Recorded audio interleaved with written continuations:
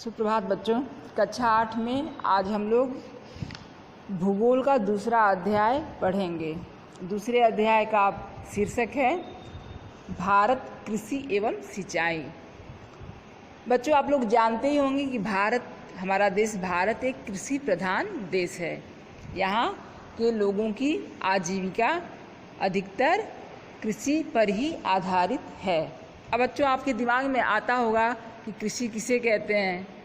तो आप लोगों में से बहुत सारे बच्चे गांव के रहने वाले होंगे, वो इस बात को अच्छे से जानते हैं कि कृषि या खेती किसे कहते हैं। तो बच्चों, हम अपनी आवश्यकताओं की पूर्ति के लिए, अपने दैनिक जीवन की आवश्यकताओं की पूर्ति के लिए जो फसलें बोते हैं, अनाज पैदा करते हैं, वह कृषि कहलाता है। कृषि से तात्पर्य केवल खेती या फसलें उत्पन्न करना ही नहीं होता है, बल्कि कृषि के अंतर्गत पशुपालन, मुर्गी पालन, मधुमक्खी पालन, रेशम कीट पालन, झींगा पालन, बागवानी और मत्स्य पालन आदि भी आता है। मनुष्य अपनी आवश्यकताओं की पूर्ति के लिए जिन पौधों को उगाता है उन्हें फसल कहते हैं। पशुपालन के अंतर्गत वे पशु और पक्षी शामिल हैं जिन्हें मनुष्य अपने उपयोग के लिए पालता है। वानिकी और मत्स्य पालन को भी कृषि के अंतर्गत रखा जाता है। तो आप लोग समझ गए होंगे ना, कृषि किसे कहते हैं। कृषि हम अपनी दैनिक आवश्यकताओं की पूर्ति के लिए जो भी काम करते हैं, चाहे मछली पालना, चाहे अनाज पैदा करना, ये सारी चीज़ें कृषि के अंतर्गत आती हैं। बच्चों, पहले के ज़माने में और आज के ज़माने में कृषि करने के तरीके में बहुत अंतर आ गया है। पहले लोग फसलें कैसे अनाज बोने से पहले खेतों की जुताई करते थे बैलों के माध्यम से, और अब ट्रैक्टर का प्रयोग करते हैं। इसी तरीके से पहले अलग तरह के औजार और उपकरण होते थे कृषि करने के लिए, लेकिन आधुनिक समय में जैसे जैसे विज्ञान का विकास हुआ है, तो नए नए उपकरण आ गए हैं जिनके माध्यम से हम कृषि करते हैं, और इन उपकरणों के माध्यम से कृषि बहुत आसान हो गई है और कम समय में किसान अधिक कार्य कर लेता है। अब बच्चों, आप देखिए, कृषि दो तरह की होती है। तो ऐसी खेती या पैदावार जिससे दैनिक जीवन की आवश्यकताएं पूरी की जाती हैं उसे निर्वाह कृषि कहते हैं। कृषि का एक प्रकार हो गया निर्वाह कृषि। और निर्वाह कृषि किसे कहते हैं? तो ऐसी खेती या पैदावार जिससे दैनिक जीवन की आवश्यकताएं पूरी की जाती हैं उसे निर्वाह कृषि कहते हैं।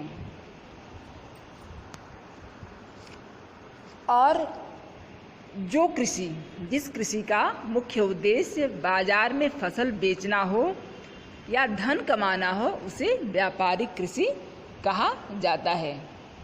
यानी खेती दो तरीके से की जाती है। दो वर्गों में कृषि को दो वर्गों में हम बांट सकते हैं, निर्वाह कृषि और व्यापारिक कृषि। निर्वाह कृषि के अंतर्गत हम केवल अपनी आवश्यकताएं पूरी करने के लिए कृषि करते हैं, और व्यापारिक कृषि के अंतर्गत बड़े पैमाने पर कृषि की जाती है जिसका उद्देश्य होता है धन कमाना।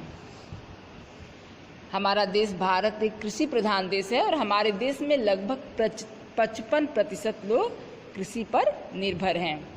देश की कुल राष्ट्रीय आय का लगभग 17% कृषि से प्राप्त होता है। हमारी जो देश की राष्ट्रीय आय होती है उसमें कृषि का योगदान कितना है? 17%। विभिन्न प्रकार की जलवायु तथा विविध मिट्टियों वाला देश होने के कारण हमारे देश में तरह तरह की फसलें उगाई जाती हैं। अब अपने देश में तरह तरह की वे फसलें पैदा होती हैं। तो जो फसलें पैदा होती हैं उनको हम 3 वर्गों में रख सकते हैं। पहला खाद्यान्न फसलें, दूसरा नकदी फसलें और तीसरा पेय एवं बागाती फसलें कही जाती हैं। अब देखिए बच्चों, खाद्यान्न फसलों के अंतर्गत क्या आता है? गेहूँ, चावल, जौ, चना, मटर, दालें, ज्वार, बाजरा इत्यादि, मतलब जो हम खाते हैं, खाद्य फसलें, अनाज। नकदी फसलों के अंतर्गत गन्ना, कपास, जूट, तिलहन, तंबाकू इत्यादि आते हैं। इनके द्वारा तरह तरह के अन्य व्यवसाय भी किए जाते हैं, जैसे चीनी उद्योग है, गन्ने पे आधारित है, कपास उद्योग से रुई बनती है, तरह तरह के उससे सामान बनते हैं, जूट उद्योग हो गया, तिलहन, तंबाकू, ये सारी चीज़ें खाद्यान्न के अंतर्गत नहीं आती हैं, ये आती हैं नकदी फसलें। इनसे बहुत सारे अन्य काम भी होते हैं। अच्छा, अब तीसरा जो प्रकार है वो पेय और बागाती फसलें हैं। तो इसके अंतर्गत आता है चाय, कहवा, रबड़, गर्म मसाले इत्यादि। इसके साथ ही बच्चों देखिए हमारा जो देश है वहाँ अलग अलग तरह की जलवायु है। वैसे तो भारत एक मानसून प्रधान देश है, लेकिन इसके साथ ही यहाँ हमारा एक देश ऐसा देश है जिसमें गर्मी, ठंडी, बरसात तीनों ये बहुत अच्छी मात्रा में, ये तीनों मौसम जो है वो अच्छे रूप में दिखाई देते हैं। तो अलग अलग मौसम में अलग अलग तरह की फसलें उगाई जाती हैं, फसलों की पैदावार होती है।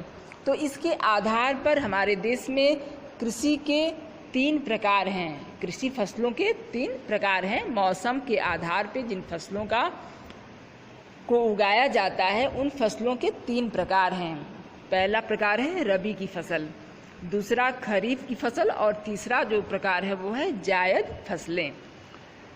अब देखिए रबी की जो फसल होती है उसका समय क्या है, कब वो बोई जाती है, कब वो काटी जाती है। तो देखिए बच्चों, रबी की फसल जाड़े के समय में बोई जाती है और ग्रीष्म ऋतु के प्रारंभ में, यानी जैसे ही गर्मी शुरू होती है ये फसलें काट ली जाती हैं। अब इसके अंतर्गत कौन कौन सी फसलें आती हैं, तो इसके अंतर्गत गेहूँ है, चना, जौ, मटर, सरसों, अलसी, राई इत्यादि फसलें आती हैं।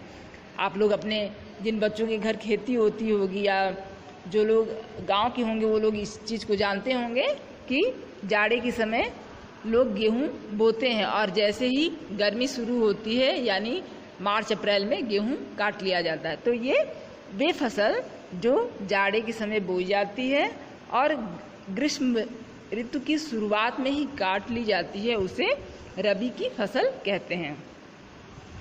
दूसरा प्रकार है खरीफ की फसल।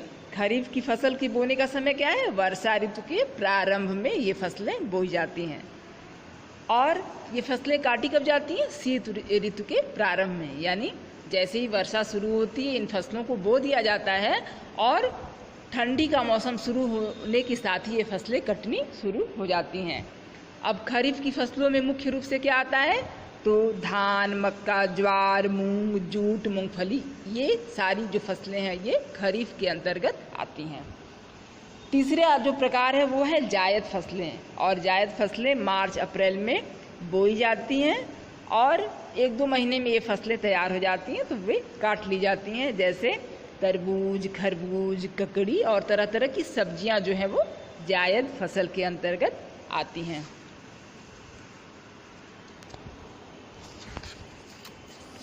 अच्छा बच्चों, अब आप लोग कुछ महत्वपूर्ण और जानकारी देखिए। अपने देश भारत में विश्व का लगभग 22% चावल का उत्पादन होता है और हमारा देश भारत दुनिया में चीन के बाद दूसरे नंबर पर है, जो चावल का सर्वाधिक उत्पादन चीन में होता है। उसके बाद दूसरे नंबर पर चावल का उत्पादन भारत में होता है। अच्छा, और इसके साथ आप जानिए कि चावल भारत में 7,500 वर्ष से भी ज़्यादा समय पहले से उगाया जा रहा है। चावल के जो प्रमुख उत्पादक क्षेत्र हैं अपने देश में, उसमें पश्चिम बंगाल पहले नंबर पे है, उसके बाद उत्तर प्रदेश, आंध्र प्रदेश, असम, बिहार, झारखंड, उड़ीसा इत्यादि जगह पे चावल अधिक मात्रा में उगाया जाता है। और विश्व में गेहूं उत्पादक देशों में भारत का चीन के बाद दूसरा स्थान है, यानी गेहूं में भी भारत का विश्व में दूसरा स्थान है। चावल में भी भारत का विश्व में दूसरा स्थान है और गेहूं का भी भारत का विश्व में दूसरा स्थान है, यानी सबसे ज़्यादा गेहूं चीन में पैदा किया जाता है। उसके बाद गेहूं का उत्पादन दूसरे नंबर पर भारत में होता है। अब अपने देश भारत में उत्तर प्रदेश, आपका जो राज्य है उत्तर प्रदेश, वो गेहूं उत्पादन के क्षेत्र में प्रथम है, यानी हमारा जो प्रदेश है पूरे देश में गेहूं का सर्वाधिक उत्पादन करने वाला प्रदेश है। अब देखिए बच्चों, दालें, अपने देश में दालें सबसे ज़्यादा मध्य प्रदेश में उगाई जाती हैं और इसके साथ राजस्थान, महाराष्ट्र, कर्नाटक, उत्तर प्रदेश आदि जगहों पर भी दालों का अच्छा उत्पादन होता है। देखिए बच्चों, दालों के उत्पादन के लिए प्रत्येक प्रकार की मिट्टी अच्छी होती है। सामान्य वर्षा और कम मेहनत की आवश्यकता पड़ती है। अन्य फसलों के लिए मिट्टी को अधिक उपजाऊ, ये दालों का जो उत्पादन होता है वो अन्य फसलों के लिए मिट्टी को अधिक उपजाऊ बना देती है।